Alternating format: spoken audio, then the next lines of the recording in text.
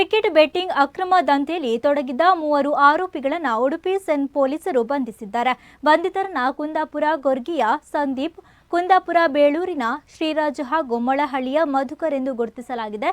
ಇವರು ಐಪಿಎಲ್ ಪಂದ್ಯಗಳ ಅಕ್ರಮವಾಗಿ ಬೆಟ್ಟಿಂಗ್ ದಂಧೆ ನಡೆಸುತ್ತಾ ಇತರೆ ಬೇರೆ ಬೇರೆ ವ್ಯಕ್ತಿಗಳಿಗೆ ಕರೆ ಮಾಡಿ ಅವರಿಗೆ ಅಕ್ರಮ ಬೆಟ್ಟಿಂಗ್ ಅಪ್ಲಿಕೇಶನ್ನ ಡೌನ್ಲೋಡ್ ಮಾಡಿಕೊಟ್ಟು ಅವರಿಂದ ಹಣವನ್ನು ಸಂಗ್ರಹಿಸುತ್ತಿದ್ರು ಎನ್ನಲಾಗಿದೆ.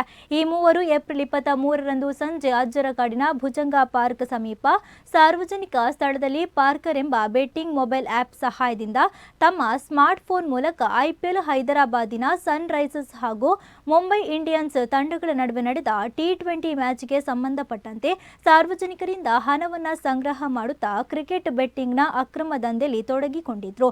ಬಂಧಿತರಿಂದ ಅಕ್ರಮವಾಗಿ ಕ್ರಿಕೆಟ್ ಬೆಟ್ಟಿಂಗ್ನಿಂದ ಸಂಗ್ರಹಿಸಿದ 81,700 ರೂಪಾಯಿ ನಗದು, 1,35,520 ಮೌಲ್ಯದ 4 ಮೊಬೈಲ್ ಹಾಗೂ ಕೃತ್ಯಕ್ಕೆ ಉಪಯೋಗಿಸಿದ ಕಾರು ಸಹಿತ ಒಟ್ಟು 12,16,700 ರೂಪಾಯಿ ಮೊತ್ತದ ಸ್ವತ್ತುಗಳನ್ನು ವಶಪಡಿಸಿಕೊಂಡಿದ್ದಾರೆ.